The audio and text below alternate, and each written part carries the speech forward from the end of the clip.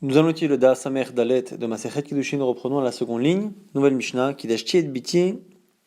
Kidashtia Gerashti un homme qui dit au sujet de sa fille qu'il a reçu les Kiddushin pour elle, donc elle est mariée, ou qui dit qu'elle a été mariée et qu'il a accepté aussi le divorce. Donc deux cas. Keshik Tana. Tant qu'actuellement, au moment où le père s'exprime, elle est encore mineure. Arihik Tana Neeman. Donc celui qui dit qu'il a pris les Kiddushin pour sa fille, ou qu'il a pris les Kiddushin et le get de sa fille quand elle était Ktana, et qu'au moment où le père s'exprime, elle est encore Ktana mineure, encore dans son domaine, le père et Neyman, il est cru.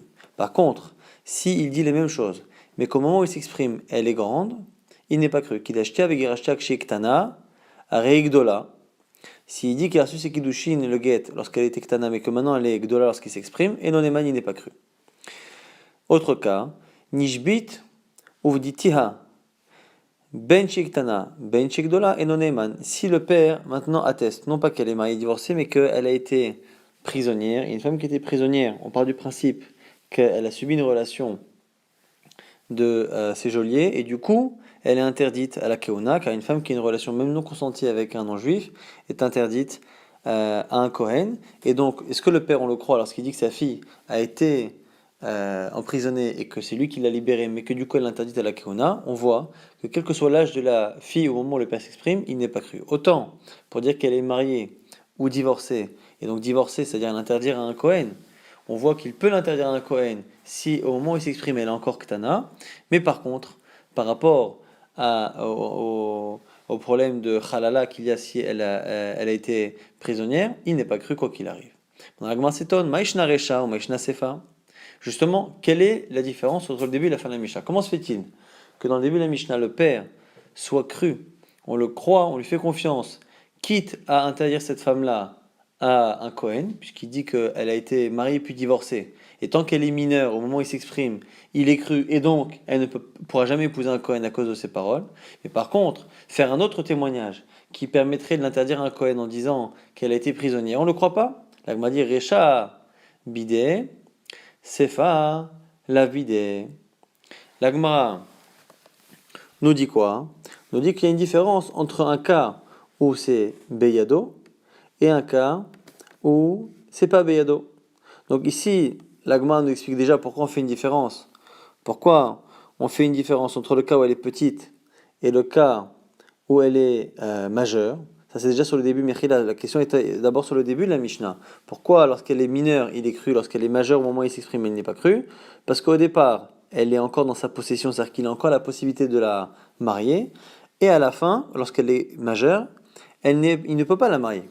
Et donc du coup, ce que nous dit ici la Gemara, ce qu'elle propose, c'est que quand est-ce que le père est cru? Lorsqu'il a la possibilité de faire l'action sur laquelle il témoigne, Beyado, et il a une zvara de dire qu'il est Be'alim, il a une propriété sur l'action qu'il peut faire, donc il a une émanoute, on le croit particulièrement là-dessus. Par contre, lorsqu'elle est adulte, puisqu'il n'a pas la possibilité de la marier, il n'est pas cru pour dire qu'elle est mariée et divorcée. La Gemara s'étonne et dit quoi? Vélo, quoi le père il n'a pas la possibilité, Varé, Beyado la si elle est halal. La Gemara nous dit qu'il peut faire en sorte qu'elle se marie avec un halal, des kapas la mikehuna, et on sait qu'un homme, un père, donc peut faire en sorte de la faire marier à un halal. Alors si c'est ça, puisque le père, lorsqu'elle est mineure, peut la marier avec un homme qui est halal, à ce moment-là il peut l'interdire à la keuna, et comme il peut l'interdire à la keuna, on devrait du coup le croire lorsqu'il dit que sa fille, elle est interdite à la keuna. La lokashia. Kerabi dostai ben Yehuda damar benot Israël mikve tahara la halalin. Ici, on va dire que le Tana de la Mishnah pense qu'une femme qui se marie avec un halal, elle n'est pas elle-même interdite à la keuna. Donc le père, en donnant sa fille à un halal, ne peut pas la rendre halala à la keuna. La dit va rebeyado le asia le mamzer. Il peut la marier avec un mamzer, et une fille qui épouse un mamzer, elle devient halala. Elle m'a dit que Rabbi Akiva, c'est comme Rabbi Akiva, d'Amar en kiddushin tofsin mechayev lavin. Qu'un mamzer qui est interdit par un lave de la Torah, les kiddushin ne fonctionnent pas. Et si les kiddushin ne fonctionnent pas, c'est que le père ne peut pas choisir de donner sa fille mineure à un mamzer. Et comme il ne peut pas donner sa fille mineure à un mamzer, il n'a pas la possibilité de la rendre halala par un mariage avec un mamzer. On va dire Rabbi Yado le Asiya Almana le Kohen Gadol. On va dire une autre possibilité. Il peut rendre sa fille interdite à la Keuna en la donnant Almana à un Kohen Gadol. Donc ce serait un père qui aurait déjà une fille qui aurait déjà été veuve. Elle est mineure. Elle a déjà été mariée une première fois, elle a perdu son mari, donc elle est veuve. Si elle est veuve et que maintenant il la donne en mariage à un Kohen Gadol et que le Kohen Gadol n'a pas le droit d'épouser une veuve, un Kohen normal oui, mais pas un Kohen Gadol. S'il la donne à un Kohen Gadol, dans ce cas-là, ce serait un cas où les kiddushin seraient interdits, mais là où même Rabbi Akiva, qui pense qu'il n'y a pas de kiddushin, pour toutes les mariages interdits, ce serait le seul cas où malgré le mariage interdit, Rabbi Akiva dirait que il y a un mariage qui est validé même s'il est interdit. Au Rabbi Sima, comme dit Rabbi Sima, Tanya Rabbi Sima Yomer, une kol osé Rabbi Akiva mamzer. De toutes les relations interdites de la Torah, Rabbi Akiva dit que l'enfant est mamzer et donc que les kiddushin ne fonctionnent pas. Chutz, mais almana le Kohen Gadol, sauf une veuve qui est mariée avec un Kohen Gadol. Shari Amra Torah, car c'est marqué loïkah, qui ne devra pas l'épouser cette almana, le Kohen Gadol, velo yhalel, et il ne profanera pas sa descendance. De là on voit que le fait de prendre cette femme-là ne fait que des chiloulim. Chiloulim, on sait, ça profane la descendance seulement, mais non, c'est mamzerim, et ça ne les rend pas mamzerim, sinon on n'aurait pas dit que les enfants sont profanés, on aurait dit à la limite qu'ils sont mamzerim. Le fait de dire qu'ils sont profanés, machma qu'ils ne sont que profanés, pas mamzerim, et donc on voit ici que pour l'instant la lecture de Rabbi Akiva, c'est que dans le cas du Kohen Gadol, avec une almana, les kiddushin sont ofsin. Si les kiddushin fonctionnent malgré qu'ils soient interdits, ça veut dire que le père peut la donner en mariage justement à un Kohen Gadol, et donc il peut la rendre halala, et donc comme il peut la rendre halala, interdite à la keuna, il devrait être neeman, il devrait être cru pour tout ce qui est témoignage, qui la rend justement interdite à la keuna. Et donc c'est la question que la Gemara pose. Donc du coup, pourquoi quand elle est shvouya, pourquoi lorsqu'il témoigne et qu'il dit qu'elle a été emprisonnée, pourquoi on ne le croit pas pour la rendre interdite à la keuna, alors que techniquement, elle est en âge chez l'Ektana, elle est au moins dans le cas où l'Ektana, et elle est encore en âge où il pourrait la donner en tant que veuve à un Kohen Gadol et la rendre du coup interdite à la keuna, puisque dès qu'en tant que veuve, elle épouse un Kohen, et il y a une relation interdite avec ce Kohen, une femme qui a une relation interdite devient interdite après aux autres Kohanim. Donc la Gemara nous dit qu'est Rabbi Yeshvav, parce que Rabbi Akiva, il y a deux lectures. Ce serait du coup la lecture de Rabbi Akiva sur Rabbi Yeshvav. D'Amar, Bo'u venitzvach ala Akiva ben Yosef. Venez vous opposer à Rabbi Akiva ben Yosef. Shaya Omer qui disait Kol she'eno bia be'Israël avle mamzer. Et ici Rabbi Yeshvav a l'air de dire que selon Rabbi Akiva, toute relation interdite fait un mamzer. Et donc toute relation interdite empêche de faire des kiddushin. Et du coup, ce serait une autre lecture de Rabbi Akiva qui lui dirait que toutes les relations interdites font des mamzerim et empêchent de faire des kiddushin. Du coup, le père n'aurait dans aucun cas la possibilité de donner sa fille en mariage à quelqu'un qui lui interdit et qui donc du coup la rendrait halala. Pourquoi ? Parce qu'à partir du moment où on pense que Rabbi Akiva, ici comme Rabbi Yeshvav, pense que dès que la relation est interdite, il n'y a pas de mariage. Si la relation est interdite et qu'il n'y a pas de mariage, le père ne pourra jamais donner sa fille à un homme interdit, donc la rendre zona bachalala. Là, on va dire, Anicha, les Rabbi Yeshvav, ça va selon Rabbi Yeshvav. Les Ta'ameh des Nafshé. Donc, si c'était pour expliquer ce qu'il disait, Shapir, et là, il a pouqué, mi Ta'ameh des Rabbi Sima et Ka'ate. Are, Beyado le Asiya, le Chayive Ase. Donc, la Gemara ici maintenant pose une nouvelle question. La question de la Gemara étant si Rabbi Yeshvav vient s'opposer à la lecture de Rabbi Sima. On a dit que Rabbi Akiva pense globalement que les relations interdites par un lave donnent des mamzerim et empêchent de faire des kiddushin. Selon Rabbi Sima, il y a une exception, c'est Almana le Kohen Gadol. Maintenant Rabbi Yeshvav vient dire que non. Il vient dire que dans tous les cas, ça fait des mamzerim mais qu'il n'y a pas de kiddushin. Est-ce que Rabbi Yeshvav ne vient que s'opposer à l'avis de Rabbi Sima, et à ce moment-là, il ne parle que des interdits des lavim. Donc si Rabbi Yeshvav ne fait que répondre à Rabbi Simai, c'est-à-dire que ça n'inclut que les lots tarassés, que les interdits négatifs, mais pas les interdits positifs. Si par contre il parle de lui-même, ce que nous dit c'est la Gemara, il est ta'ameh des nafshé shapir. S'il parle pour lui-même, ce serait général. Et donc il pense à Rabbi Yeshvav que selon Rabbi Akiva, toutes les relations interdites, de manière positive ou négative, entraînerait des mamzerim et pas de kiddushin. Et là, il a pouké mitame des Rabbi Simai Kate. S'il vient s'opposer à Rabbi Simai, qui lui ne parlait que des interdits négatifs, sauf un, et lui il rajouterait donc le dernier, à ce moment-là, il resterait tous les relations interdites par une mitzvah positive. La mitzvah positive d'attendre la troisième génération pour épouser des convertis de Edom ou de Mitzri, par exemple.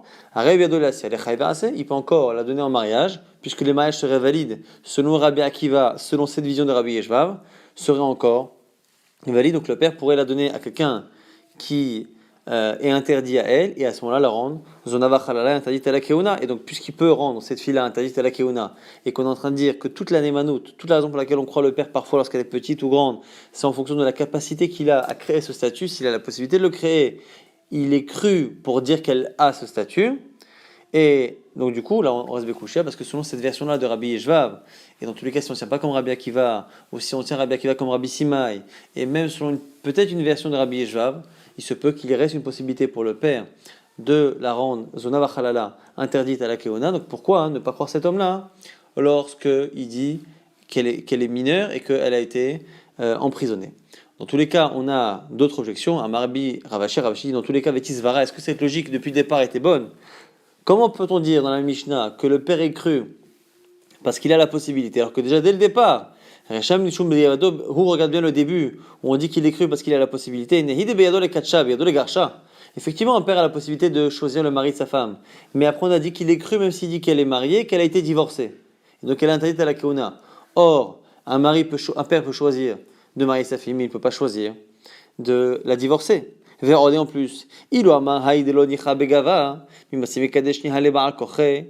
même, en plus, quand on dit qu'il peut la donner en mariage, il faut aussi que quelqu'un veuille. Donc il n'a pas la possibilité totale, il faut que quelqu'un veuille. Et là, Ravashi, Reisha Rachamana Imene, donc du coup Ravashi propose autre chose. La raison pour laquelle on croit parfois le père lorsqu'elle est ktana, lorsqu'elle est mineure et pas lorsqu'elle est majeure, pourquoi on ne le croit pas du tout lorsqu'il dit qu'elle a été emprisonnée. Reisha Rachamana Imene, la Torah l'a cru. Keder Ravuna, comme ce que dit Ravuna d'Amar, Ravuna Marav, car Ravuna disait au nom de Rav, d'où sait-on qu'un homme a la possibilité d'interdire sa fille, de lui donner un statut interdit, et que c'est la Torah qui lui donne ces possibilités. Chez nous, comme c'est marqué, Et biti natati la ishazé. Lorsque un père témoigne qu'il a donné sa fille en mariage, il dit à ce moment-là, on le croit, qu'il a donné sa fille en mariage. Hazé, donc la ish, en disant j'ai donné à un homme, à Sarah il a interdite. Hazé, en disant à cet homme-là, Itira, il l'a autorisé à cet homme-là. Benisuin, Eimener Hamanaleav, Bishvuyalo Eimene. Et puisque c'est Xerat Akatou, c'est-à-dire que c'est la Torah qui nous a clairement dit que le père, sans qu'on comprenne tellement la logique, a la possibilité de dire que sa fille est crue par rapport à un mariage, donc il a le droit de dire je l'ai donné en mariage. Donc la Torah nous a dit de le croire là-dessus, mais par contre, la Torah n'a jamais dit qu'un père est cru pour dire que sa fille a subi telle et telle chose, a été emprisonnée ou ainsi de suite, et donc il n'a pas la possibilité de créer le statut de la fille, il a simplement une némanout, une possibilité de dire qu'elle a été mariée ou pas, et avec les conséquences que ça peut avoir. Nouvelle Mishnah, Mishama Beshat Mitato, Yeshli Banim Neeman, celui qui dit au moment de sa mort qu'il a des fils. Et donc du coup, on pensait qu'il n'en avait pas, enfin en tout cas, jusqu'à présent on ne sait pas, mais à un moment donné, au moment de sa mort, avant de mourir, il dit qu'il a des enfants, et donc que sa femme n'aura pas besoin de faire yiboum, après sa mort, et d'épouser son frère. Yesh le achim et noneman, dans le cas où il n'y a pas d'enfant, et qu'on pense qu'il n'a pas de frère, donc il n'y a pas de misa de yiboum, on pense que cette femme-là va être libérée par la mort du mari. Et avant de mourir, il dit qu'il a des frères, ce qui veut dire que cette femme-là ne pourra pas se marier à l'extérieur tant qu'elle n'a pas rencontré un de ses frères qui lui fait khalitsa. Là on nous dit que Enoneman, il n'est pas cru. Donc il a l'air d'être cru pour enlever la mise à Yiboum et la rendre autorisée, mais pas pour bloquer cette femme-là avec la mise à Yiboum. La Gemara propose Alman Eman Leatir, Eman Lesor, ce qui ressort de cette Mishnah, c'est que par rapport au Yiboum, à la situation de Yiboum, il fait que la femme, tant qu'il n'y a pas d'enfant et qu'il y a des frères, elle est bloquée, elle ne peut pas se marier à l'extérieur. On a l'impression que le mari est cru pour l'autoriser à se marier à l'extérieur, mais pas pour l'interdire de se marier à l'extérieur en disant qu'il y a Yiboum. Notre Mishnah a l'air d'être contre Rabbi Nathan. Pourquoi? Détania, c'est une braïta qui dit Beshat Kiddushin Amar Yeshlo Banim. Si au moment de se marier, un homme dit qu'il a des enfants, et avant de mourir, Beshat Mita Amar Eno Banim, finalement, ce que j'avais dit à l'époque, c'est faux, je n'ai jamais eu d'enfant. Et donc, dans quelques instants à ma mort, tu seras obligé de faire Yiboum, donc tu ne pourras pas te marier à l'extérieur. Meshan Kedushin Amar Eno Achim, Meshan Mita'ama Yeshlo Achim. Si au début de son mariage, il a dit qu'il n'avait pas de frères, et donc il n'y aura jamais de misa de Yiboum. Et finalement, avant de mourir, il dit qu'il a oui des frères, donc il y a misa de Yiboum, c'est un peu le même cas. Simplement, c'est plus avec des enfants qu'il annonce la misa de Yiboum, mais avec la présence éventuelle de frères. Ne'eman, Le'atir, Ve'en, Ne'eman, Le'esor. On nous dit ici qu'il est cru pour autoriser sa femme, et il n'est pas cru pour l'interdire. Donc c'est-à-dire qu'on le croit sur ses premières paroles, qu'il a dit au moment du mariage, il a dit qu'il n'y aurait pas d'Iboum parce qu'il a des enfants, ou qu'il n'y a pas d'Iboum parce qu'il n'a pas de frères, même s'il n'a pas d'enfants. Mais ces dernières paroles, qui finalement disent que cette femme-là est interdite à tout le monde parce qu'elle doit faire Iboum, et ces paroles-là ne sont pas crues, dit vrai Rabbi, c'est les paroles de Rabbi. Rabbi Nathan Omer, Afneeman, le Essor. Le dit Rabbi Nathan, pas du tout. On le croit même pour interdire. Et du coup, puisqu'à la fin il a dit qu'il n'avait pas de frères et qu'il n'avait pas d'enfants, on le croit et cette femme-là est interdite. Et du coup, on a l'impression que dans cette Mishnah-là, Rabbi Nathan, cette braïta pense que Rabbi Nathan dit qu'il peut interdire cette femme-là. Or, dans notre Mishnah, il ressort qu'il peut l'autoriser et pas l'interdire. Amar Rava Rava nous dit, Shane Atam, Kevan de Bishat Mita Kahadarbe et Imakushta Kaama. Là, il m'a dit non, c'est peut-être pas lié à la Machloket. Peut-être que même Rabbi Nathan sera d'accord chez nous et que là-bas c'est spécial. Là-bas, c'est spécial. Même le Tana chez nous, qui pense que de manière générale, un homme qui dit comme ça, avant de mourir, il n'a jamais rien dit avant de mourir, il interdit sa femme au Yiboum, peut-être que dans ce cas-là, effectivement, on ne le croit pas. Mais quand est-ce qu'on le croit? Lorsqu'il a dit quelque chose toute sa vie et qu'il revient sur sa parole avant sa mort, c'est la preuve que son changement de parole, justement, prouve qu'il dit la vérité. Et c'est peut-être pour ça que Rabbi Nathan là-bas pense qu'il est cru, mais ce ne serait pas en contradiction avec notre Mishnah. La Gemara dit, Amalé Abaye Abaye dit, Velav dechol kol sheken hu. Mais c'est un kol sheken, c'est l'inverse. Pourquoi? Ashta umata, kamera lele dibure, amart kushta ka amar. Si déjà là-bas, où il se contredit, tu le crois. Matitin delo kamera lele dibure, le kol sheken. Pourquoi tu as plus confiance en quelqu'un qui dit un jour blanc et qui un jour dit noir? Comment tu peux avoir plus confiance que quelqu'un qui n'a jamais rien dit et qui dit une première chose qui apparemment est une vérité? Donc Abaye n'est pas d'accord. Et la Marabaye, Matnitin, Delo Murzaklan Be'ache. Notre Misha, c'est spécial. C'est un cas où on n'a pas de présomption qu'il a des frères. Velo Murzaklan Bevne. Et on n'a pas non plus de présomption qu'il a des fils. Et du coup, Damrinan, Keivan Delo Murzaklan Bivne, Velo Be'ache, Ama Ishli Banim Neman, Ishli Achim, Meno Neman, Lav Kol Kemine de Asala, Kule Alma. Puisqu'on n'a pas de présomption qu'il y a une situation de Yiboum, on ne peut pas le croire et, sur sa parole à 100%, créer un interdit pour cette femme. La Braïta, où on voit que, selon Rabbi Nathan, on le croit pour interdire cette femme-là, c'est différent.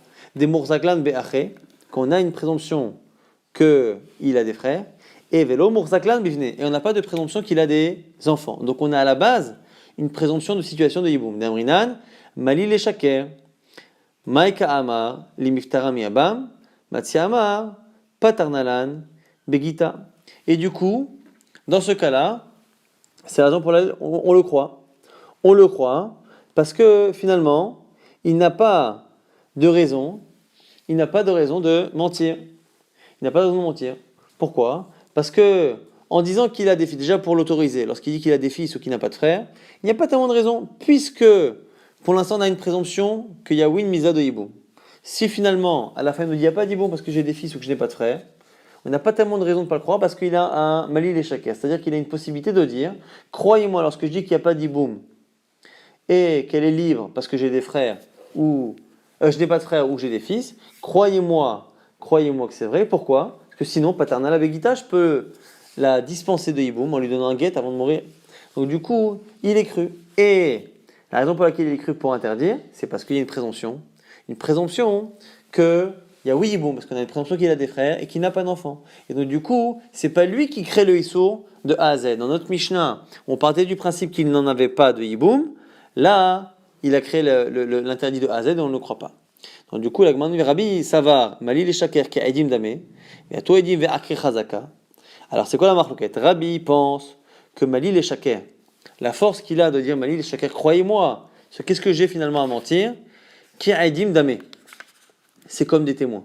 Et comme c'est des témoins, ve'atu edim, ve'akre hazaka.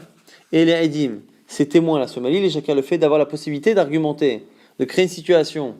Puisque vous m'aurez cru, ou j'aurais pu avoir la situation autrement, croyez-moi, c'est comme des edim.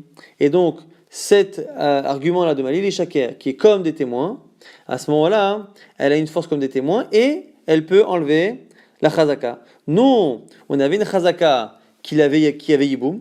Lui vient avec un argument qui est plus fort qu'une chazaka, qui est comme des témoins et qui fait finalement sauter cela et qui permet de dispenser. Rabbi Nathan, par contre, ça va, Malil et Shaker qui est chazaka damé.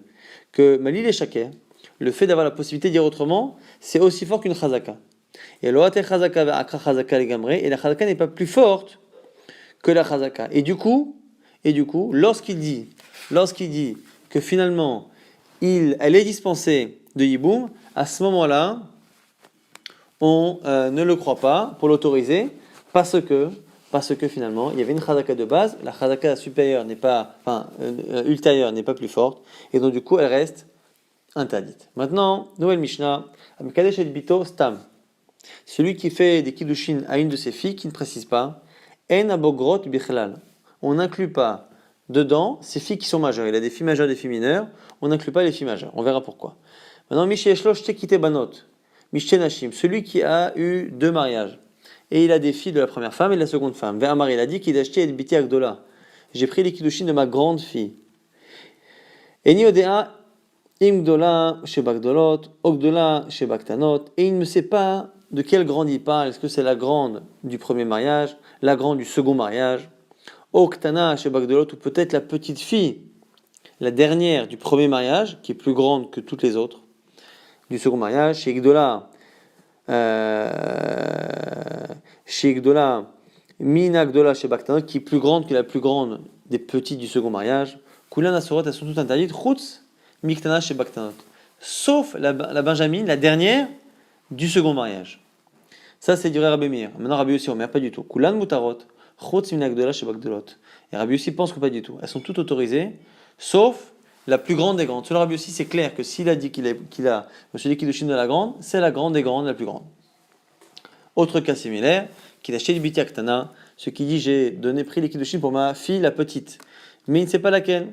Mais niode aktana chez Baktanot. Oh! Ktana chez Bagdolot, Ogdola chez Baktanot, je ne sais pas si c'est la plus petite des petites, la plus petite des grandes, ou ainsi de suite. Et on nous dit quoi? Chez Ktana, Mi Naktana chez Baktanot, et du coup, il ne sait pas. Kulan Asurot, elles sont toutes interdites. Chutz min Agdola chez Bagdolot, sauf l'aîné du premier mariage. Il dit vrai Rabbi Meir, c'est Rabbi Meir, on craint toutes les autres. Rabbi Yossi Omer, Kulan Mutarot, Chutz min Aktana chez Baktanot, et l'inverse, on nous dit Rabbi Yossi, qu'au contraire, il n'y a que,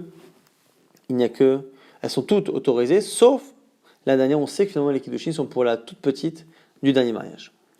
Maintenant, sur le premier cas de la Mishnah, on a dit que celui qui fait des kiddushin stam sans rien dire, on ne compte pas les grandes. La on dit haktanot bichlal, donc on compte pas les grandes, mais on compte les petites. La on dit shmart mina, kiddushin shen mesurin nebi avec kiddushin. On a l'impression ici qu'on peut faire des kiddushin sans que les kiddushin puissent aboutir sur une bia. On a vu que c'est une marloquette. Est-ce que, lorsqu'on fait des kiddushin et que la bia n'est pas possible, est-ce que les kiddushin fonctionnent? Or là, ici, s'il a fait des kiddushin à ses filles mineures, mais qui ne sait pas laquelle, et depuis le départ, le mari ne pourra pas avoir une relation avec sa femme, puisqu'il ne sait pas c'est laquelle. S'il ne sait pas c'est laquelle, il ne peut pas avoir de relation. Et donc, selon ceux qui pensent qu'on ne peut pas faire des kiddushin sans que la bia soit possible, ça ne devrait pas marcher. La Gemara répond à Chabim Askinan, qui est chez Ensham et l'Agdola Uktana.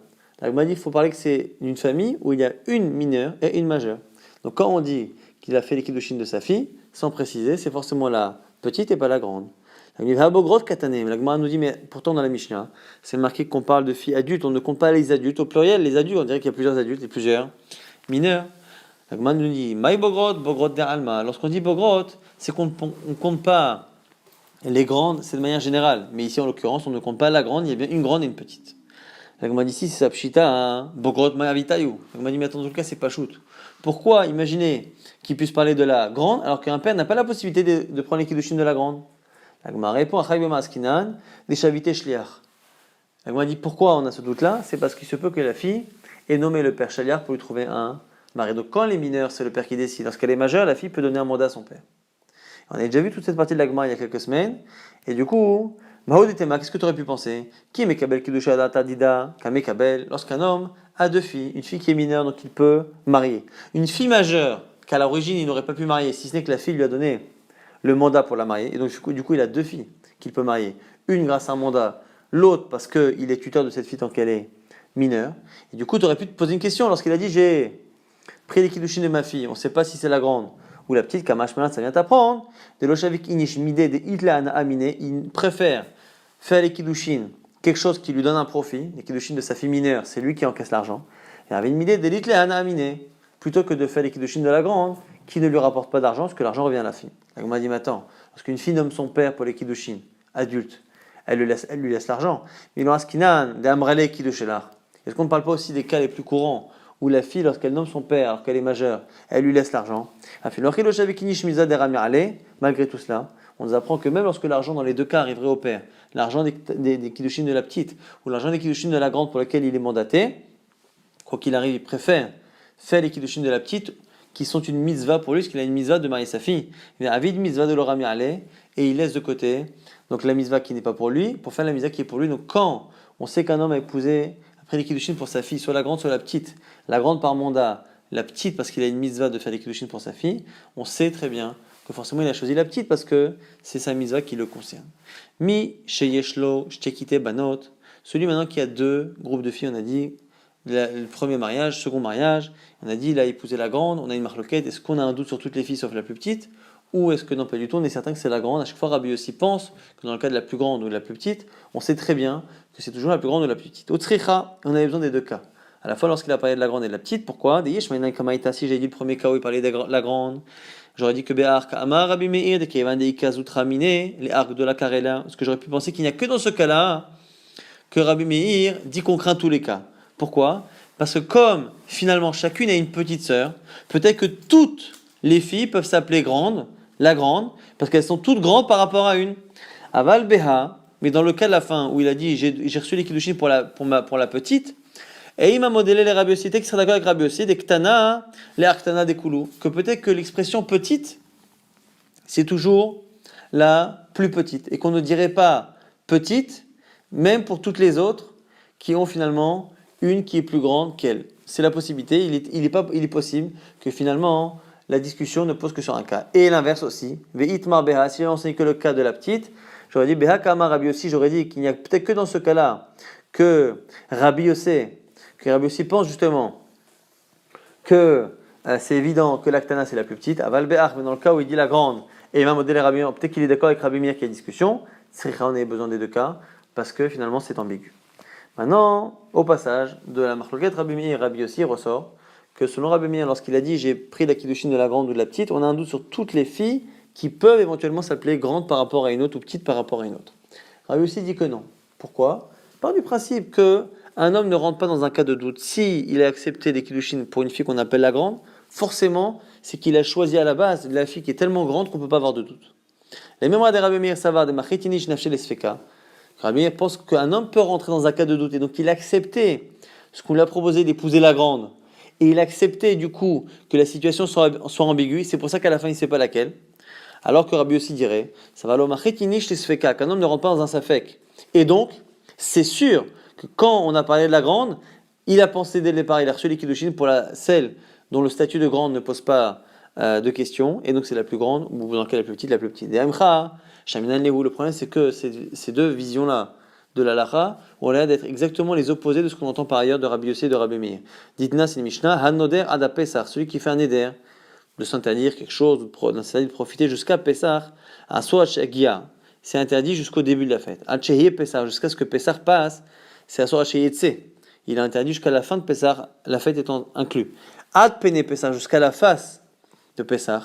Là, on a une marloquette. Rabbi Meir Omer, à Soach Gia, Rabbi Meir dit, il s'arrête avant.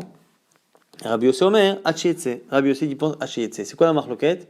C'est est-ce que l'homme se met dans le doute? Puisque le langage est ambigu, est-ce que le langage ambigu fait que du coup, peut-être qu'il a été jusqu'à inclure Pessah?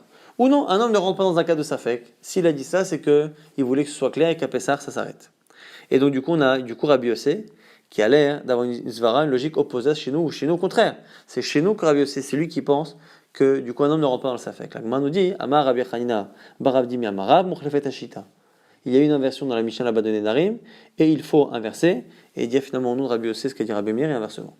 Et la preuve, Vehataniak Simbraïta, qui confirme, Zaklal, que voici la généralité, Kol, Shizmano Kavua, Vama Atpen et Rabbi Meir Omer Hachietse, Rabbi Yosomer, Hachiagia, on retrouve dans une Braïta qui reparle encore une fois cette idée là-bas sur le Neder par rapport à Pessah, où on voit qu'effectivement là-bas on a inversé, est-ce que chez nous dans la Mishnah était nom de Rabbi Yossé, on l'a dit nom de Rabbi Meir, et inversement.